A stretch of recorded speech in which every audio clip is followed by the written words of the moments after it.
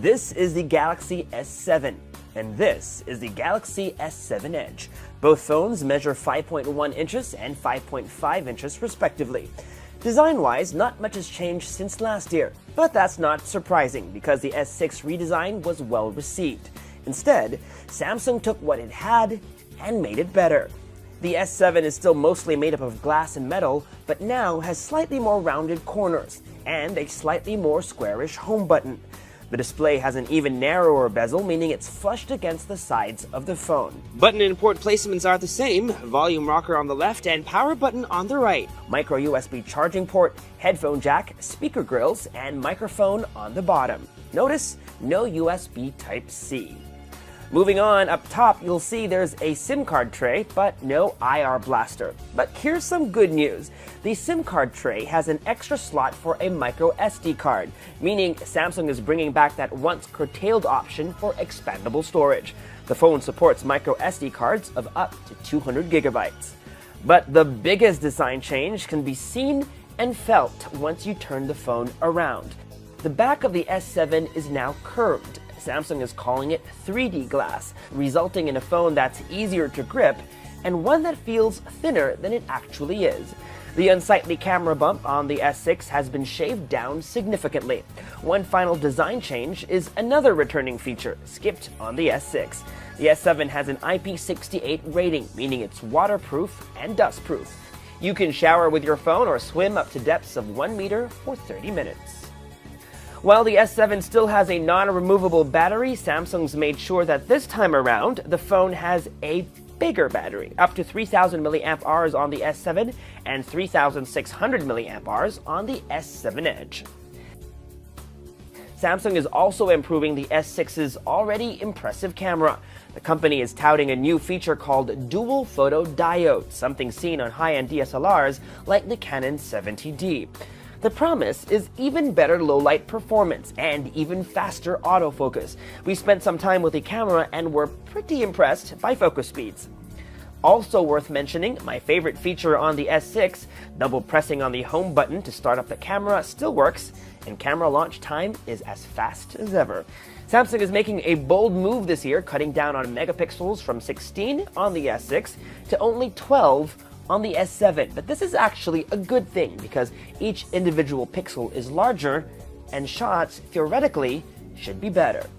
The selfie camera also gets a fill-in flash, although we're not sure if, like on the iPhone 6s, it adjusts based on ambient light conditions. In our tests, we only got a warm white flash.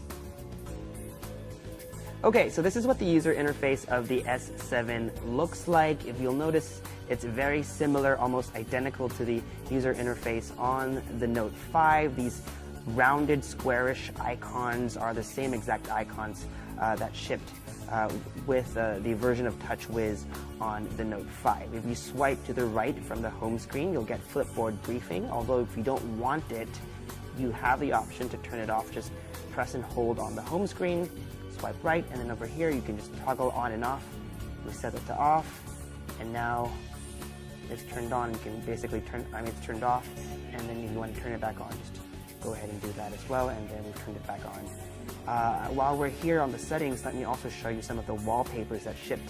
This is the default wallpaper. It's blue, dark blue, and then they have other variations over here. I actually like this one over here, and it also comes in this gold color, if that's what your preference is. I actually like this. I'm going to set it to be our new wallpaper. Also, while you're on settings, you can actually also change a couple of things. You can change the icon spacing. Right now we're at 4x4, but if you'd like to fit in more icons, you could definitely go to 5x5 or 4x5, whatever you please. But let me just leave it here, and maybe let me just turn that to something darker for this video. This is what the drop-down notification shade looks like. If you recall, on the S6, the design was a bit quirky, a bit fun. This one is a bit more minimalist, more held back. You'll notice shades of gray and blue. And if you look over, here is a new feature of the S7, the always-on display. Currently it's set to on. We can turn it off with a tap, but let's turn it back on and then just switch off the display, and you'll notice in a bit this will pop out, and this is always on the display. Samsung has actually patented or registered the use of always on, so they kind of own that trademark. It's 11:17 a.m. That's the time, that's the date. You have the battery levels over here, and if you had missed calls or incoming messages, the count would appear underneath the time over here. And like I said, it's always on the display, but it consumes very little power. Samsung says less than 1% of battery per hour. Let's go ahead and dive into the app drawer. Again, very similar, and we're actually pleased to see that there is hardly any bloatware. There are a couple of Samsung apps like S Health and S Voice, and there are built-in Google apps as well as a suite of Microsoft apps, including Word, Excel, and PowerPoint. And last, let's take a look at the settings menu. Again, very similar to the settings menu on the Note 5. You can search. For example, I was looking for storage earlier, and as you can see, this is a 32 gigabyte phone, and out of the box it has it's used about 7.82 gigs, so there's about 24.18 gigabytes available. Last thing I want to show you is the version of Android. If you go into software info, you'll find that it runs Android 6.0.1 out of the box, and that is Marshmallow. And you press and hold. Let me see. There you go. You have an Android version of Flappy Bird. Gamers will actually love this new feature. It's an app called Game Launcher, and it's basically a way to put all your games, to organize all your games in one place. You can add them this way, it'll arrange them, but it's not just about arranging your apps. What it does, it allows you to save power while you're playing your games. So you can save power or save maximum power, and basically what it does is it lowers the resolution and the frame rate to give you more game time. Another interesting feature is no alerts during the game. The last thing you want to be doing is playing Temple Run, you're about to jump and then an SMS comes in, you click no, but it's too late, you fall and die, so you can turn on no alerts during the game. And last but not the least is Game Tools. I can't show you that now because I don't have any games installed, but basically what it allows you to do is take screen grabs or even recordings of gameplay itself. If you're a YouTuber, this is a perfect tool for that. On the Galaxy S7 Edge, you'll notice that the Edge screen has been updated. Now there are two columns.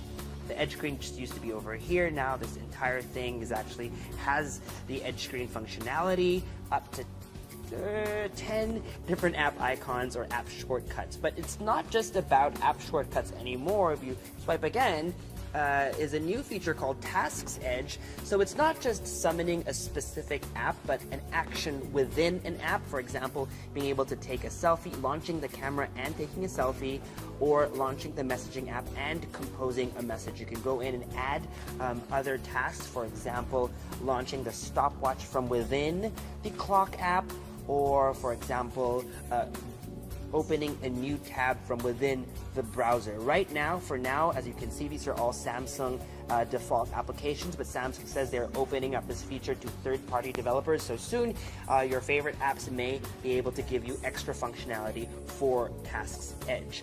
And of course, a swipe one more time will bring up People Edge, and so if you have favorite contacts, you can assign up to 10 favorite contacts now with the new expanded Edge display or Edge screen. If you swipe some more, you can actually launch other widgets or apps like Yahoo News, although we're not connected to the internet, so we are unable to show that to you now, but that's what the functionality is like. And you can go in and customize that by diving into this settings menu over here, and you can actually add more Edge panels. As you can see, here are some examples of how that will look like. This looks like Flipboard. Over here is a stock ticker of sorts, sports scores. You can add those in over there, and they all are provided by, this is provided by Yahoo Finance, and of course you can also include the weather, but I don't think that will work because we are not connected to the internet at the moment. but those should load over here if you set it up that way.